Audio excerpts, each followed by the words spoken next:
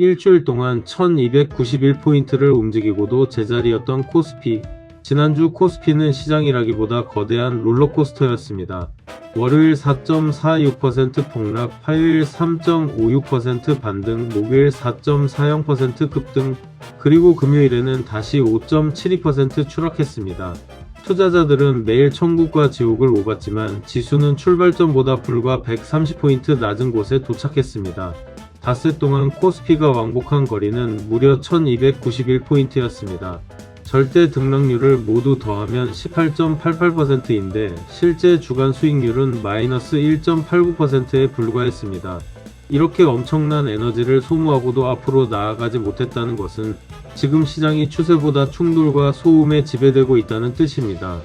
하루 4-5% 등락이 일상이 된 이유. 6월 25일부터 7월 24일까지 20일 거래일 가운데 12일이나 코스피가 하루 4% 이상 움직였습니다. 일평균 절대 등락률도 약 3.96%였습니다. 과거라면 뉴스 속보가 나올 만한 움직임이 이제는 이틀에 한 번꼴로 반복되고 있습니다. 4% 급등도 5% 급락도 더 이상 방향을 확정해주는 신호가 아닙니다. 큰 폭락 다음날 큰 반등이 나왔다고 바닥은 아닙니다. 반대로 급등 다음날 다시 무너졌다고 모든 상승 가능성이 끝난 것도 아닙니다. 변동성이 폭발한 시장에서는 큰 움직임 뒤에 또 다른 큰 움직임이 따라옵니다. 지금 투자자가 먼저 판단해야 할 것은 방향이 아니라 이 변동성을 자신의 계좌가 감당할 수 있느냐는 것입니다. 카우프만 효율성 비율 0.10이 의미하는 것. 페리 카우프만은 시장이 얼마나 효율적으로 한 방향을 향해 움직였는지를 측정했습니다. 순수하게 이동한 거리와 그 과정에서 오르내린 전체 거리를 비교하는 방식입니다. 지난주 코스피의 효율성 비율은 약 0.10이었습니다. 시장이 10걸음을 움직였지만 목적지를 향해 전진한 것은 고작 한 걸음이었다는 의미입니다. 효율성 비율이 1에 가까우면 추세가 선명하지만 0에 가까울수록 시장은 소음과 반전에 지배됩니다. 지금은 상승을 따라가면 급락하고 하락에 베팅하면 갑자기 폭등하는 구간입니다. 이런 시장에서 잦은 매매는 기회를 늘리는 행동이 아니라 시장의 소음에 수수료와 손실을 반복해서 지불하는 행동이 될 수 있습니다. V-코스피 78.65 공포는 정말 정점을 지났나? 7월 24일 코스피가 5.72% 폭락했는데도 변동성 지수인 빅코스피는 80.46에서 78.65로 오히려 하락했습니다. 표면적으로는 공포가 진정된 것처럼 보입니다. 그러나 해석은 정반대일 수 있습니다. 옵션 시장은 이미 코스피가 하루 5% 가까이 움직이는 상황을 비정상이 아닌 현실로 받아들이고 있었습니다. V-코스피 78.65를 단순 환산하면 옵션 시장이 반영한 하루 예상 변동폭은 약 4.95%입니다. 한 달 기준으로는 약 22.7%, 코스피 포인트로는 1500포인트가 넘습니다. 공포가 끝난 것이 아니라 공포의 가격이 너무 높아져 5.7%, 폭락조차 예상 범위를 크게 벗어나지 못했던 것입니다. 코스피와 한국 주식시장이 달라진 이유. 많은 투자자가 이상한 경험을 했습니다. 뉴스에서는 코스피가 사상 최고치를 경신했다고 하는데 정작 자신의 계좌는 계속 줄어들었습니다. 이유는 간단합니다. 시가총액이 큰 몇몇 종목이 지수를 끌어올렸을 뿐 시장의 다수를 차지하는 중소형주와 코스닥 종목들은 이미 훨씬 전부터 약해지고 있었기 때문입니다. 코스피는 모든 주식의 평균 성적표가 아닙니다. 시가총액이 큰 종목에 더 큰 비중을 부여하는 지수입니다. 따라서 삼성전자와 SK하이닉스가 급등하면 수백 개 종목이 하락해도 지수는 오를 수 있습니다. 이제 지수만 보고 시장을 판단하는 것은 체온만 정상이라는 이유로 환자의 건강에 아무 문제가 없다고 말하는 것과 같습니다. 삼성전자와 SK하이닉스가 만든 초집중 지수. 2025년 말 삼성전자와 SK하이닉스의 코스피 합산 비중은 약 34%였습니다. 그런데 2026년 7월에는 그 비중이 52%까지 치솟았습니다. 코스피 절반 이상이 사실상 두 반도체 종목의 움직임으로 결정되는 구조가 된 것입니다. 한국 증시의 심장과 혈압이 단 두 기업에 연결됐다고 해도 과언이 아닙니다. 7월 24일 삼성전자와 SK하이닉스는 각각 7.59%와 8.34% 급락했습니다. 합산 비중을 적용하면 이날 코스피 하락분의 약 70%가 두 종목만으로 설명됩니다. 지수가 5.72% 폭락했다고 해서 모든 기업의 가치가 하루 만에 5.72% 사라진 것이 아닙니다. 초집중된 지수가 두 거인의 추락을 증폭해 보여준 것입니다. 지수 고점보다 먼저 무너진 시장폭, 이미 경고는 고점 이전부터 시작됐습니다. 5월 27일 코스피는 2.25% 상승했지만 오른 종목은 75개였고 하락 종목은 무려 826개였습니다. 6월 18일 코스피가 9,000을 돌파했을 때도 상승 종목은 109개, 하락 종목은 791개였습니다. 지수는 축포를 터뜨렸지만 시장 내부에서는 탈출이 진행되고 있었습니다. 이것이 시장 폭의 음의 다이버전스입니다. 전쟁터에서 장군 2명만 앞으로 달려가고 수백 명의 병사가 뒤로 물러나는 모습과 같습니다. 다우이론이 다른 지수와 거래량의 확인을 강조한 이유도 여기에 있습니다.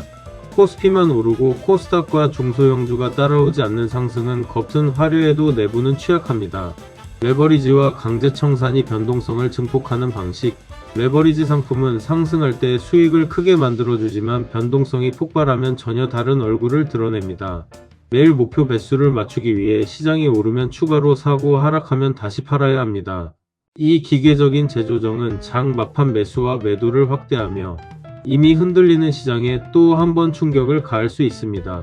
지난 5거래일 수익률을 단순 적용하면 코스피는 1.89% 하락했지만 가상의 1일 2배 상품은 약 4.6%, 3배 상품은 약 8.1% 손실을 기록합니다. 지수는 거의 제자리인데 계좌는 훨씬 크게 줄어드는 것입니다. 레버리지가 폭락의 불씨를 만든 것은 아니지만 변동성이라는 불길에 산소를 공급한 것은 분명합니다. 와이코프가 본 분배와 재매집의 갈림길. 와이코프라면 9,385 부근의 고점보다 그 고점에서 누가 사고 누가 팔았는지를 먼저 봤을 것입니다. 지수는 상승했지만 시장 폭은 좁아졌고 고점 이후에는 거대한 변동성과 급락이 나타났습니다. 이는 강한 손이 늦게 들어온 매수자에게 물량을 넘기는 분배 과정에서 흔히 발견되는 모습입니다. 그러나 아직 분배가 완성됐다고 단정할 수도 없습니다. 6,429 부근을 다시 시험할 때 하락폭과 거래량이 줄고 빠르게 가격을 회복한다면 공급이 고갈되는 재매집 신호가 될 수 있습니다. 반대로 약한 거래량으로 반등하다 7,000선에서 다시 밀린다면 그것은 새로운 상승이 아니라 마지막 매도 기회인 LPSY일 수 있습니다. 와인스타인의 4단계로 본 현재 코스피. 스탠 와인스타인은 주가의 생애를 바닥 형성, 상승, 천장 형성, 하락의 4단계로 구분했습니다. 현재 코스피는 폭발적인 2단계 상승을 지나 후기 3단계 또는 초기 4단계의 특징을 보이고 있습니다. 다만 30주 이동평균선의 기울기와 지지선 이탈을 확인하지 않고 곧바로 하락장이라고 선언하는 것은 성급합니다. 더 중요한 것은 바닥도 며칠 만에 완성되지 않는다는 사실입니다.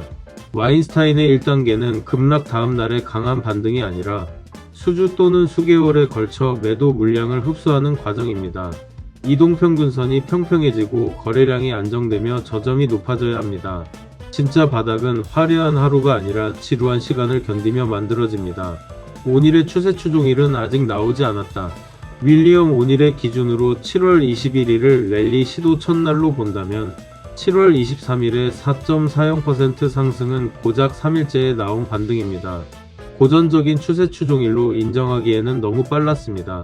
바로 다음날 5.72% 급락하면서 랠리 시도는 크게 손상됐지만 6,429를 깨지는 않아 완전히 종료되지는 않았습니다. 진짜 추세 추종일에는 강한 지수 상승뿐 아니라 전일보다 증가한 거래량과 주도주의 동반 상승이 필요합니다. 삼성전자와 SK하이닉스만 오르고 대부분의 종목이 따라오지 못한다면 신뢰도는 낮습니다.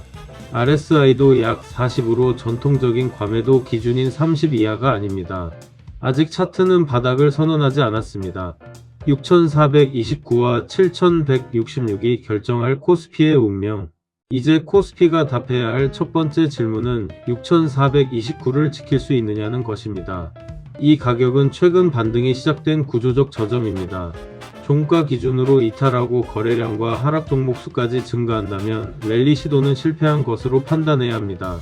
그 순간 시장의 시선은 6,086에서 6,232 사이로 빠르게 이동할 것입니다. 반대로 반전의 첫 관문은 7,166입니다. 이 가격을 회복해야 최근 반등 고점을 넘어섰다고 말할 수 있습니다. 그러나 그것만으로 충분하지 않습니다. 7,242에서 7,410 사이에는 강한 매물대가 기다리고 있습니다.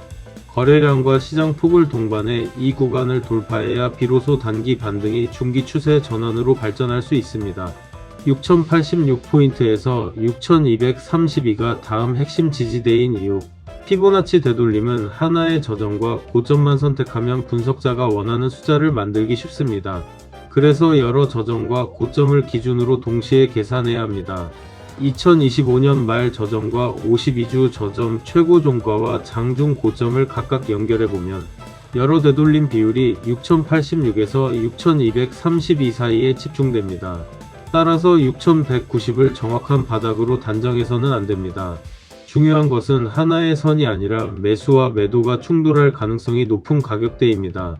이 구간에서 거래량이 폭발하며 급락하면 지지가 무너진 것이고, 하락 거래량과 캔들 폭이 줄면서 회복한다면 강한 손이 매물을 흡수하고 있다는 증거가 됩니다.